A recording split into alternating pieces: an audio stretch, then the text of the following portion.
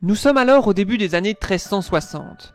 La France est embourbée dans la guerre de 100 ans commencée en 1337. Elle est exempte et ruinée. C'est à cette période que le duc de Bourgogne de la famille des Capétiens meurt sans descendance, son fils étant mort de la peste quelque temps plus tôt.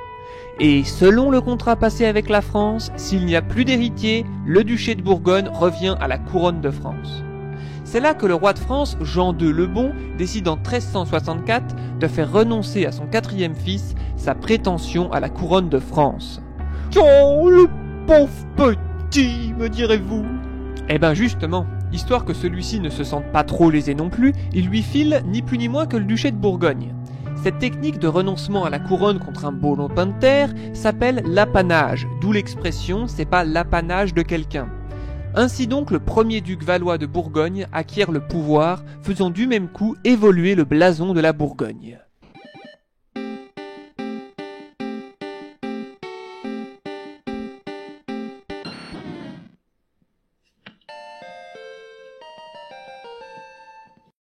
Une nouvelle famille est aux commandes, et elle aura plus qu'un impact sur la ville et le duché, elle aura un impact sur l'histoire de France et de l'Europe.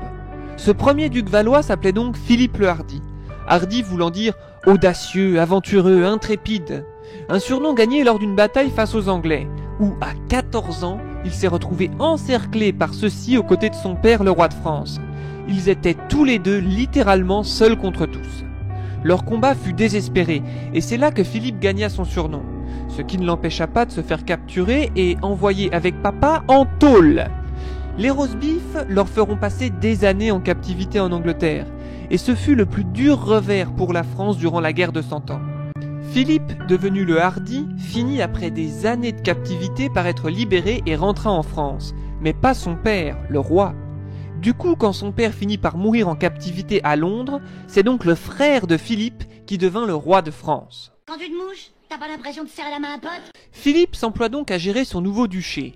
Très intelligent, il s'assure la soumission de celui-ci grâce à la création des États de Bourgogne. Cette institution était chargée d'examiner afin d'accorder ou de refuser les demandes d'imposition extraordinaires émises par le duc. Et ouais, les histoires de pognon ça peut vite pousser à la révolte, donc mieux vaut accorder des garanties histoire d'être peinard. Il parvient aussi à pacifier et à remettre sur les rails l'économie du duché, ravagée par la guerre, la peste et surtout par des armées de mercenaires expérimentés mais désœuvrés car laissés sur place sans solde par les Anglais. Ceux-ci, devenus de véritables armées du chaos, ravageaient village sur village pour avoir de quoi subsister, tuant, torturant et brûlant à tour de bras. Une fois venu à bout de ces gars-là, avec beaucoup de difficultés, Philippe se lance dans la séduction. Et se dégote un très bon parti histoire d'étendre ses possessions, Marguerite de Flandre. Car en effet, à la mort de beau papa, Fifi va hériter des comtés de Bourgogne, pour simplifier à l'extrême l'ancien nom de la Franche-Comté, mais aussi du comté d'Artois, de Rethel, de Nevers et surtout de la Flandre, qui était alors la véritable plateforme économique de toute l'Europe de l'époque, notamment en matière de tissage, lui assurant ainsi des profits substantiels. Et ce, en plus d'une déco de toit sympa, parce que oui, les toits colorés à la base, ça vient de là-bas. Cependant, ce riche duché, pour collaborer, exige certains compromis sous peine de se révolter, le principal point étant de rester en meilleurs termes possible avec leur principal partenaire commercial, les rosebifs, qui sont leurs premiers importateurs de laine. Je vous rappelle qu'on est en pleine guerre de 100 ans, hein. Jusqu'ici, il faut dire qu'il s'en sort pas mal le Fifi, faut bien le dire. Mais ça va pas s'arrêter là, parce que quand son frère passe l'arme à gauche, laissant un môme trop jeune pour régner, il devient co-régent du royaume de France. C'est ce qu'on appelle le gouvernement des oncles. Son influence sur l'héritier de la couronne de France va se faire notamment sentir quand la Flandre se révolte contre le beau-père de Philippe. Philippe, voyant son futur héritage sur le point de se faire la malle, parvient donc à convaincre le roi de France de 14 ans d'intervenir avec les armées bourguignonnes pour mater la révolte. La victoire franco-bourguignonne fut alors totale, et la gloire de cette victoire rejaillit particulièrement sur Philippe, que vous pouvez voir là représenté sur son fier destrier. Faut dire qu'il s'est montré pas mal déchaîné sur le champ de bataille le Fifi, en même temps tu m'étonnes, c'était pour ses futures possessions. Ce qu'il faut savoir, c'est qu'à l'époque, la renommée de cette victoire fut telle que la ville de Dijon fit adopter comme devise le cri de guerre de son duc, « Moult me tarde ». grosso modo, beaucoup m'espèrent, quoi. Et c'est ce cri de guerre devenu devise de Dijon qui finit par donner son nom à la moutarde. Mais le jeune roi de France de 14 ans tient à montrer après la bataille sa détermination face au peuple flamand, afin de le décourager de tout soulèvement à l'avenir. Et cette détermination s'exprimera par la décision du roi de détruire et de brûler la ville de Courtrai. Le beau-père du Hardi aura beau supplier le roi de France, rien n'y fera. La population de la ville sera massacrée. Comme on dit en patois, est au point des bonnes gens, ça, hein? Et au milieu de tout ça, Fifi, lui, il prend sa part du butin. Voulant témoigner de sa reconnaissance à sa bonne ville de Dijon qui lui avait fourni pas moins de 1000 hommes pour sa campagne en Flandre, il fait démonter et transporter à Dijon l'horloge de la ville de Courtrai, ainsi qu'une magnifique tapisserie. Arrivée dans la cité des Ducs, cette grande horloge se vit installée au sommet de la tour sud de l'église Notre-Dame, place qu'elle occupe encore aujourd'hui. Les habitants d'ailleurs lui trouvèrent un petit surnom, le Jacquemart. Mais pour en savoir plus au sujet de cette horloge, je vous invite à jeter un petit coup d'œil à l'épisode 7 de l'histoire de Dijon. Bref, tout ceci fait de Philippe le Hardi le personnage le plus important et le plus puissant du royaume de France après le roi. Dans le même temps, il améliore et fait aussi pas mal de promos pour favoriser le vin de la Côte d'Or et du Jura. Bien que, à l'époque, le Bourgogne était déjà réputé sur les tables d'Europe, et même celle du pape d'Avignon, il instaure une nouvelle règle du bien vivre sur l'ensemble de ses possessions, qui consiste à servir du vin de Bourgogne et du Jura au moment de grailler, faisant ainsi rayonner encore un peu plus les ressources produites par le duché. Les tonneaux étaient alors acheminés à travers toute la France et toute l'Europe par les canaux, et le passage de ceux-ci était payé non pas avec de l'argent, mais avec un prélèvement de vin dans les tonneaux, ce qui a donné naissance à l'expression « pot de vin ». Le pinard est un argument de poids économique mais aussi politique, car comme le disait Talleyrand, « Le meilleur auxiliaire d'un diplomate, c'est bien son cuisinier ». Poursuivant sa stratégie de conquête par les mariages, Fifi fait marier son futur successeur Jean sans peur avec également un très bon parti, en la personne de Marguerite de Bavière, à qui beau papa va laisser le comté de Hainaut mais aussi de Hollande, ce qui n'est pas mal, hein.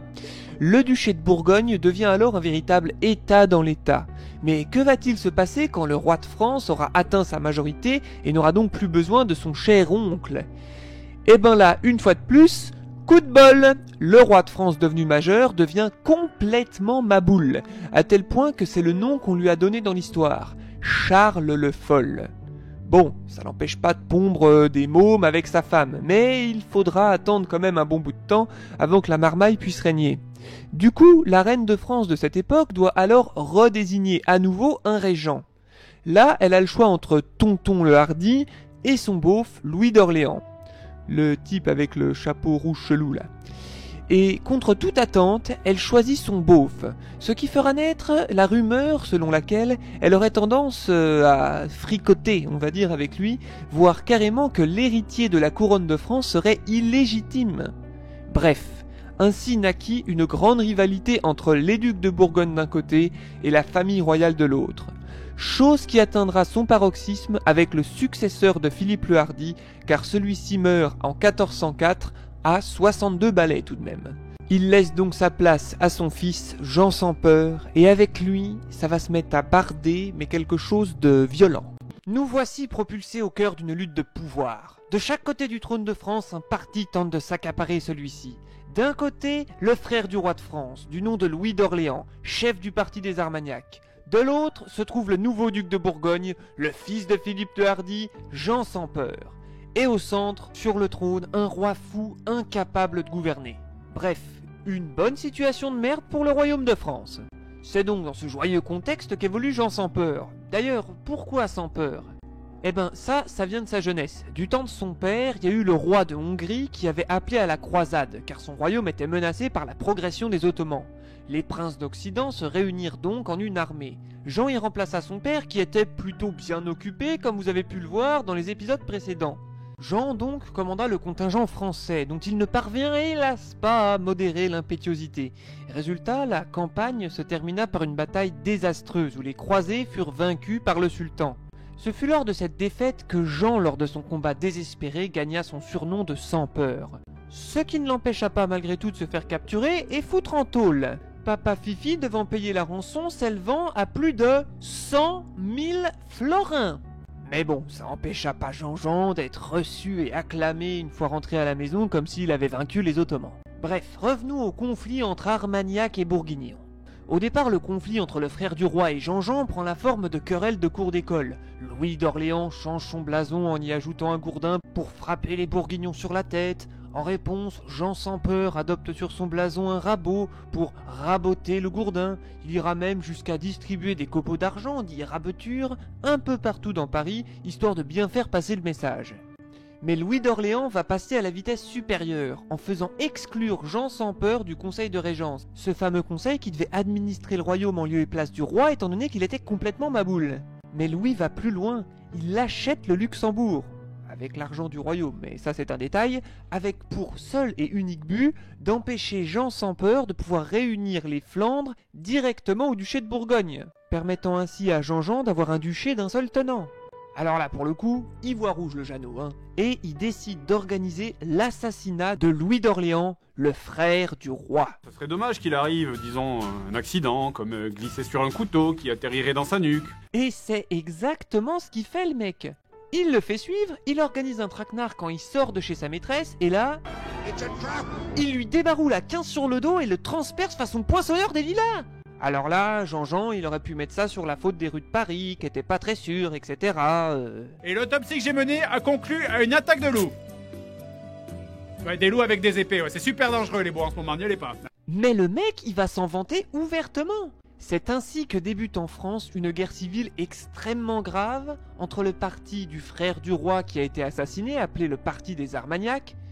Ouais, parce que le fils de Louis d'Orléans, il réclame vengeance auprès de son beau-père, qui est comte d'Armagnac, et qui va donc prendre le truc en main avec d'autres puissants nobles du royaume de France. Bref. Et de l'autre côté, donc, vous avez le parti des Bourguignons. C'est d'ailleurs à ce moment-là que Jean-Jean va commencer à se faire bâtir la plus haute tour civile de Paris.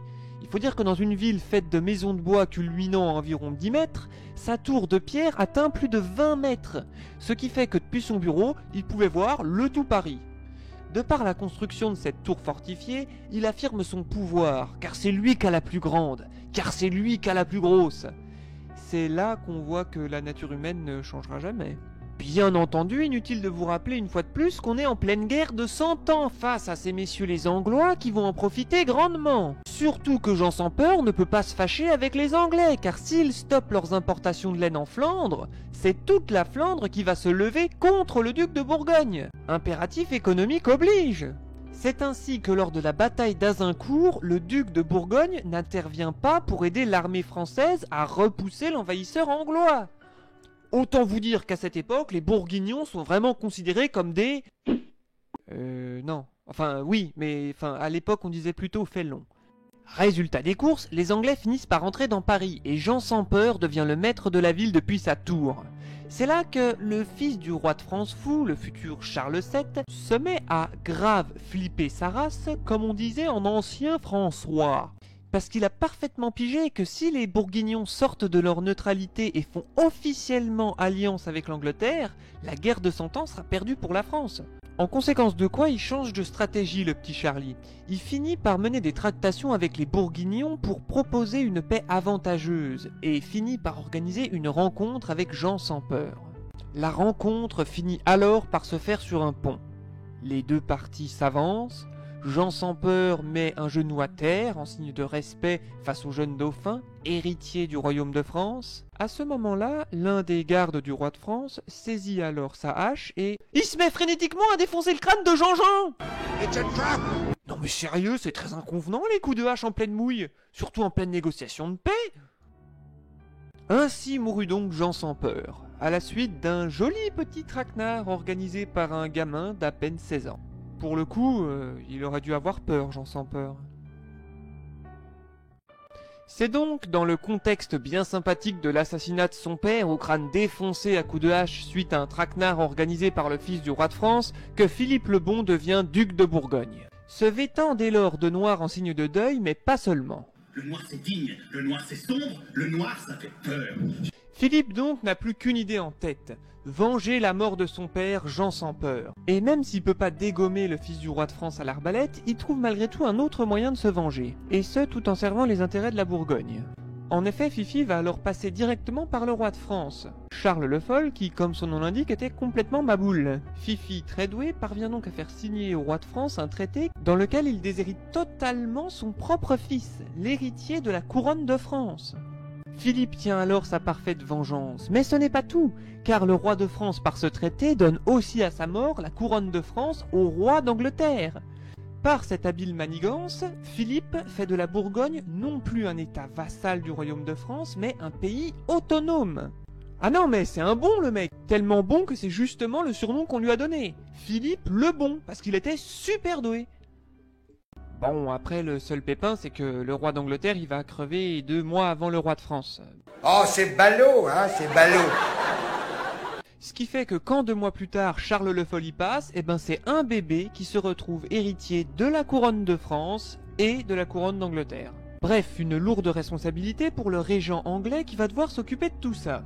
Je vous laisse quand même imaginer si ce bébé aurait eu l'âge de la majorité du Moyen-Âge, c'est-à-dire 13 ans, il aurait été sacré à Reims et qui sait ce qui aurait pu arriver par la suite.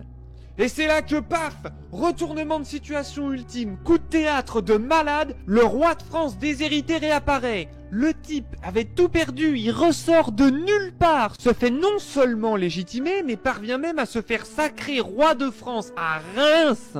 Mais comment il a pu faire ça le mec? Il lui aurait fallu une véritable pyramide de pognon, ou alors un allié aussi puissant qu'un empereur pour le sortir dans la merde dans laquelle il était.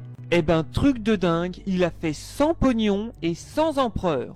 Il a changé l'histoire de la France et de l'Europe grâce uniquement à une paysanne. Et pour cause, vous la connaissez tous, c'est Jeanne d'Arc. Inutile de développer plus son histoire, vous connaissez. La guerre entre Français, Anglais et Bourguignons se poursuit donc de plus belle, et au cours de celle-ci, les Bourguignons assiègent la ville de Compiègne, où ils se retrouvent à faire face à une sortie en force de la Pucelle, qui échoue à briser le siège.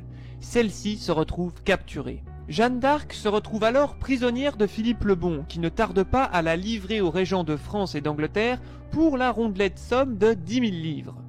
À noter que tout ça aurait pu être très différent si le roi de France aurait voulu la sauver, mais il a décidé de ne rien faire, considérant la Pucelle, maintenant qu'il était sur le trône, comme une exaltée de plus en plus gênante pour ce qui est de ses manœuvres politiques, notamment internationales.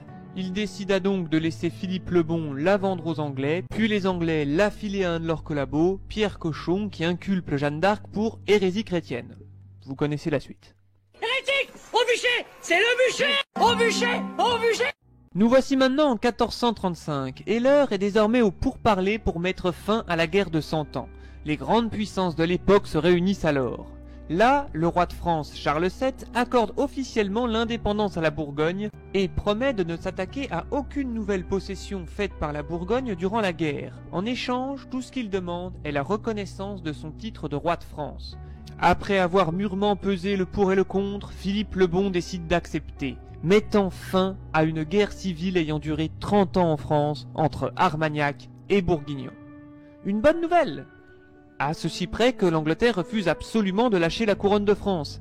Et là du coup, ça y est, c'est reparti, on recommence à tous se cogner dessus. À ceci près que désormais, l'équilibre des alliances a changé, la Bourgogne se trouvant désormais du côté du royaume de France.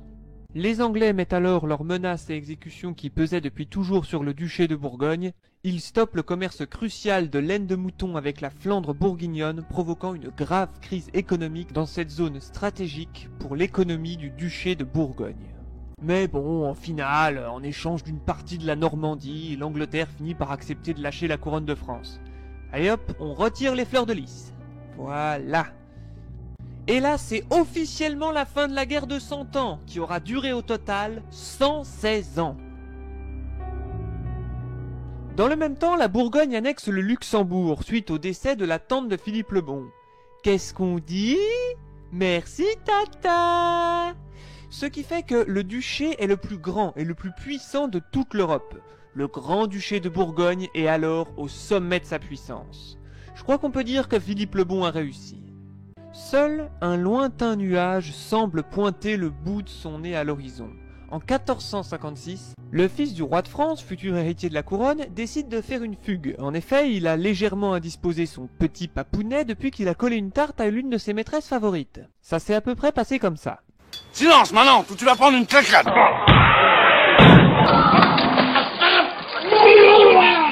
Ouais, là c'est sûr, il était un peu de travers le papa après ça. Surtout qu'en plus son fils voulait se marier avec une fillette de 11 ans, ce qui déplaisait fortement au papa. Non pas parce qu'elle avait 11 ans évidemment, mais parce que c'était pas celle qu'il avait décidé pour lui. Du coup, papa roi de France, en réaction à tous ces écarts, décide de se vénérer, mais quelque chose de costaud. Il va aller chercher son fils avec son armée. C'est là que le fiston décide de fuguer et d'aller chez son oncle. Et son oncle n'est autre que Philippe le Bon, le grand rival de son père, qui l'accueille à bras ouverts car il y voit une opportunité politique. En effet, quand le papa roi de France sera mort, le fiston sera particulièrement reconnaissant envers son oncle qui l'a tant protégé. En tout cas, c'est ce que prévoit Fifi. Du coup, il le bichonne, son petit fugueur royal. Mais attention, en mode Ritz, il lui alloue comme résidence un château ainsi qu'une pension annuelle de 36 000 puis 48 000 livres. Et durant ses presque 5 années en exil, le dauphin, qu'est-ce qu'il fait? Eh ben, il observe les intrigues de la cour de Bourgogne. Il sonde les esprits de ceux qui la composent et s'emploie à séduire ceux qui pourront lui être utiles tout en notant discrètement les forces et les faiblesses du duché. Charles VII lui-même fit un commentaire prémonitoire au sujet de son fils qu'il détestait tant. Mon cousin de Bourgogne a donné asile à un renard qui un jour lui dévorera ses poules. Et quand le roi de France finit par mourir, tonton Philippe le Bon organise le sacre de son petit protégé. Des milliers de cavaliers entourent plus de 50 chariots d'or, de vaisselle rare et de tonneaux de Bourgogne, direction Reims. Ce sera une fois de plus tonton Philippe le Bon en personne qui posera lui-même la couronne sur la tête du nouveau roi de France, qui prendra le nom de Louis XI. Le chapitre final du Grand-Duché de Bourgogne va commencer. Charles le Téméraire hérite de son père Philippe le Bon d'un duché au faîte de sa puissance. Sa cour est la plus riche et la plus belle d'Europe. On y dépense des fortunes considérables dans les plus beaux habits et des banquets grandioses. Charles est un type orgueilleux et en tant que fils d'un Philippe, il aime se comparer à Alexandre le Grand. Il aime la guerre, le luxe, la guerre, les tournois, la guerre, les banquets, la guerre et jouer de la harpe. Il n'aime pas Louis XI, la France, Louis XI, les révoltes, Louis XI, la défaite, mais surtout Louis XI. Du coup, il joue de la harpe pour se calmer. Le soir, il va se coucher, escorté non pas par un, mais par 16 écuyers dormant dans l'antichambre. En tout cas, officiellement, parce que officieusement, Charles, il aimait bien les bons hommes. Le rêve de sa vie, c'est d'encore agrandir le territoire du duché, en annexant l'Alsace, la Lorraine et la Champagne, afin d'unifier les territoires de Bourgogne en un seul grand territoire qui séparerait l'Allemagne et la France. Tout cela avant de se proclamer roi et de finir, grâce à quelques magouilles politiques, empereur du Saint-Empire romain germanique. Bref, le type a de l'ambition, quoi. Mais il va avoir cependant affaire à un ennemi redoutable en la personne du nouveau roi de France, Louis XI, dite l'araignée, car il tisse lentement sa toile, sous-entendu, c'est un calculateur machiavélique de très haut vol. Cette espèce de beau gosse là n'a qu'une seule idée en tête: démembrer la Bourgogne afin de pouvoir la rattacher à la France. Il faut dire qu'il s'est pas montré du tout reconnaissant envers son oncle, chez qui il s'est exilé et qui l'a protégé pendant 5 années de son père. De manière tout à fait intéressée, certes, mais tout de même, la pilule est jamais passée auprès de Philippe le Bon, le papa de Charles. Ainsi débuta donc une lutte à mort qui durera 15 ans entre les cousins Louis et Charles. Les deux personnalités de Charles et Louis sont diamétralement opposées. Là où Charles est impulsif et batailleur, Louis est quant à lui calme et calculateur. Là où Louis XI voyait la guerre comme une autre manière de faire de la politique, Charles, lui, il y prend du plaisir, ce qui finira même par lui donner son surnom, le Téméraire. Voilà pour le contexte et l'ambiance bien sympathique de famille. Sitôt couronné par son tonton, Louis XI décide de remanier l'État en confisquant les terres et menaçant les ducs, tout en levant de nouveaux impôts. Tout ceci mécontente énormément les grands vassaux de France, qui vont finir par s'allier entre eux afin de mener une action militaire contre le roi de France. Cette coalition est constituée de pas moins de 6 ducs et 8 comtes. C'est ainsi qu'est créée la dite Ligue du bien public. Ça vous rappelle rien ?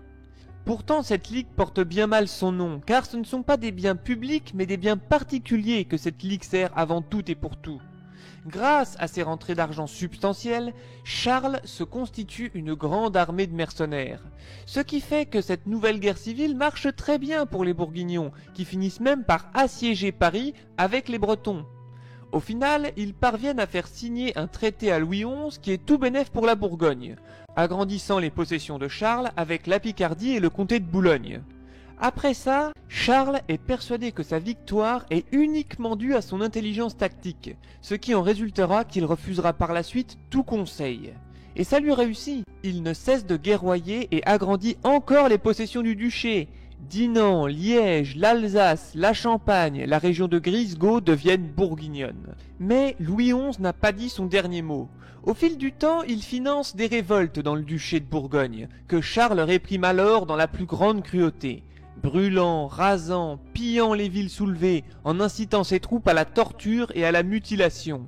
Charles espère ainsi dissuader toute nouvelle révolte dans le duché par ces exemples particulièrement sanglants. Sauf qu'un jour, Louis XI, le fomenteur de révolte en sous-main, se fait prendre la main dans le sac. En effet, Charles de son côté, qui a de la suite dans les idées, décide de se marier avec la sœur du roi d'Angleterre dans l'optique d'avoir une aide militaire.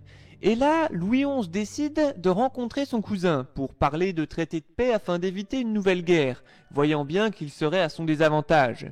Le truc, c'est que, parallèlement aux discussions de paix, il continue d'envoyer des émissaires pour provoquer des soulèvements et des émeutes en Bourgogne, en particulier à Liège, qui pourrait très bien entraîner toutes les Flandres à sa suite. Et là, Charles l'apprend au beau milieu des négociations de paix. Là, il pète un câble, le mec. Il dégaine son épée et va même pour transpercer Louis XI façon poinçonneur des lilas pour prendre sa place en tant que roi de France.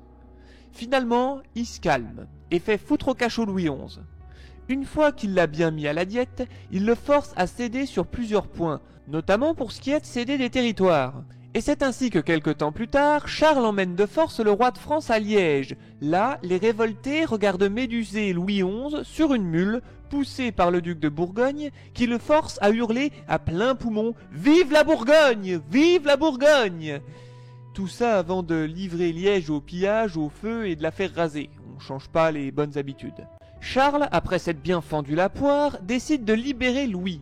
Une fois rentré à Paris bien au chaud, Louis XI décide alors de revenir sur tout ce qu'il a accordé à Charles, et se met même à s'asseoir avec ses armées sur les territoires de Charles, en occupant les villes bourguignonnes. En réaction, Charles le Téméraire, très en colère, se venge sur des petites villes françaises dont il fait massacrer les habitants.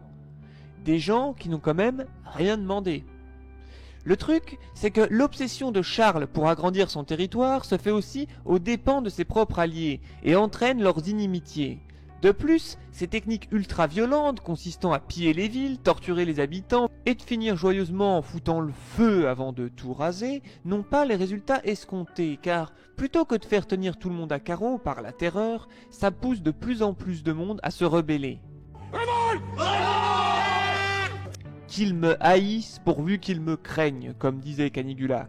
Surtout que les villes qui ne se soulèvent pas rechignent de plus en plus à payer son effort de guerre, celui-ci dilapidant les ressources des villes tout en les appauvrissant. Et plutôt que de se mettre les grands bourgeois des villes dans sa poche, il affiche un mépris total envers eux, car ils ne sont pas nobles, ce qui ne fait qu'envenimer les choses. Et dans le même temps, il se déclare souverain de droit divin et se fait confectionner un diadème d'or d'une richesse prodigieuse orné de saphirs et de rubis dont même l'empereur germanique témoignera. Non mais sérieux, vous la voyez venir la catastrophe ? Charles poursuit ses attaques encore et encore jusqu'à la ville de Beauvais où il subit sa première grande défaite. La faute à une femme armée seulement d'une hachette. Elle eut tellement de courage et de détermination face aux Bourguignons qu'elle réinsuffla aux hommes de Beauvais l'envie de se battre. Ainsi, ils mirent en déroute alors l'armée du duc de Bourgogne. Cette femme entra dans l'histoire sous le nom de Jeanne Hachette. Non, pas les collections. C'est là que le vent tourne pour le duché de Bourgogne.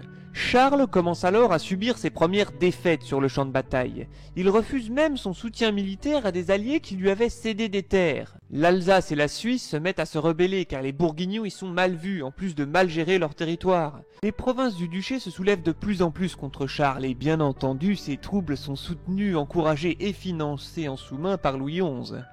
Les alliés de Charles se mettent alors à l'abandonner. L'empereur germanique, le roi d'Angleterre, dont Louis XI a réussi à faire signer un très habile traité de paix, la Bourgogne perd alors l'Alsace, les cantons de Suisse, et quant à l'armée de Charles, les mercenaires, suite à des retards de paiement, fichent carrément le camp. Le dernier clou dans le cercueil vient avec le soulèvement de la Lorraine. Voulant sauver à tout prix le dernier trait d'union de territoire entre la Bourgogne et les États bourguignons du Nord, Charles le Téméraire parvient à reconstituer vaille que vaille une armée avec tout ce qui traîne à portée de sa main, vagabonds, traînes savates, etc. L'objectif est de reprendre Nancy à tout prix, mais l'armée bourguignonne est inférieure numériquement, prend peur et s'enfuit. Par-dessus le marché, un général bourguignon trahit sa propre armée, provoquant ainsi le massacre de l'armée bourguignonne en pleine déroute. Arrivé à distance de la bataille dans sa retraite, Charles arrive alors au niveau d'un étang. Il souffre de multiples blessures et s'embourbe sur les bords mal gelés. Quand surgit en embuscade des soldats dissimulés placés là précisément pour tailler en pièces les derniers soldats bourguignons s'enfuyant. Charles est alors promptement désarçonné par le groupe qui ne l'identifie pas autrement qu'un cavalier. Il a juste le temps de crier « Sauvez le duc de Bourgogne !» mais ce cri est compris comme « Vive le duc de Bourgogne !» Le groupe porte alors au blessé plusieurs coups fatals et se met ensuite à le dépouiller. Puis, soucieux de ne pas s'exposer à d'éventuels traits d'arquebuse en pataugeant trop longtemps à découvert dans la boue gelée, les soldats embusqués regagnent leur lieu d'observation et d'embuscade au sec. Tandis que Charles, nu, le crâne fendu jusqu'aux dents par un coup de hallebarde, agonise dans d'atroces conditions. Une mort à la hauteur de sa cruauté. Après, si les soldats l'auraient reconnu, ils n'auraient certainement pas tué cette prise qui aurait pu leur rapporter très gros. Au surlendemain de la défaite, après 2 nuits de gel prononcé, le corps méconnaissable du grand-duc d'Occident est retrouvé, nu, une joue rongée par les loups. Aujourd'hui, un monument commémoratif trône à l'endroit de sa mort, qui est appelé la Croix de Bourgogne.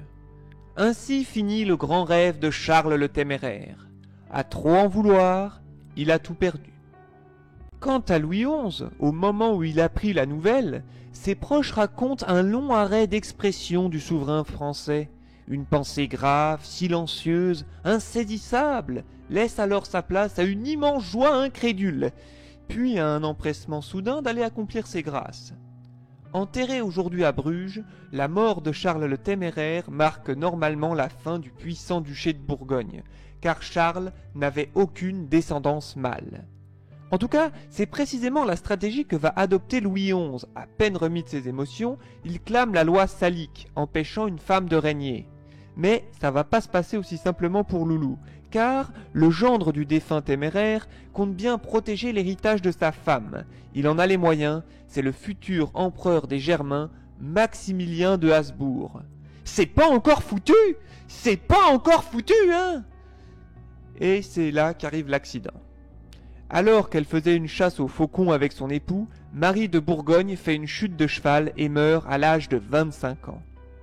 C'est là alors que Louis XI, le cul bordé de nouilles, je crois qu'on peut le dire, toujours aussi doué, parvient à faire signer un traité au nouveau veuf Maximilien, dans lequel il renonce à plusieurs de ses prétentions sur le duché bourguignon. La France va donc récupérer la Bourgogne, la Franche-Comté actuelle, la Picardie, l'Artois et les Flandres. Les ultimes restes des territoires du duché, en Belgique, au Luxembourg et en Allemagne, seront malgré tout laissés par Louis XI à Maximilien.